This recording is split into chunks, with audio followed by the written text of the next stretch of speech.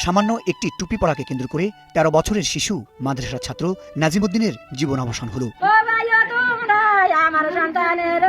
এই ঘটনা কিছুতেই মানতে পারছেন না তার স্বজন ও এলাকাবাসী। ফুলের মতো এমন একটি নিষ্পাপ জীবন ঝরে যাওয়ার এই শোক স্থানীয় প্রতিটি মানুষের হৃদয়ে দাগ কেটেছে।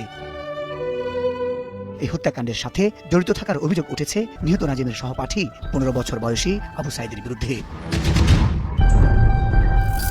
জড়িত সন্দেহে এরই মধ্যে আবু সাইদকে পুলিশ হেফাজতে নিয়েছে। রোববার দিবাগত রাত ২:৩০টার দিকে উপজেলার বাট্রা আল মাদ্রাসাতুল ইসলামিয়া মাখজানুল উলুমের আবাসিক হলে এই নৃশংস ঘটনা ঘটে।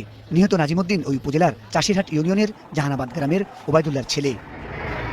পুলিশ জানায়, নাজিম ও সায়েদ ওই মাদ্রাসার হিফজ বিভাগের ছাত্র। গত ১০ থেকে ১৫ দিন আগে টুপি পরাকে কেন্দ্র করে নাজিম ও সায়েদের মধ্যে কথা কাটাকাটি হয়। পরে মাদ্রাসার হুজুর দুজনের মধ্যে বিবাদ মীমাংসা করে দেন, কিন্তু সায়েদের মধ্যে রাগ থেকে যায়। তাই সে বাজার থেকে কিছুদিন আগে ৩০০ টাকা দিয়ে একটি নতুন ছুরি কিনে নিয়ে আসে এবং নাজিমকে হত্যা করার জন্য সুযোগ খুঁজতে থাকে। তারই জের ধরে রোববার রাতে নাজিম ঘুমিয়ে পড়লে ঘুমের মধ্যেই সায়েদ তার গলা কেটে বলে ধারণা করা হচ্ছে।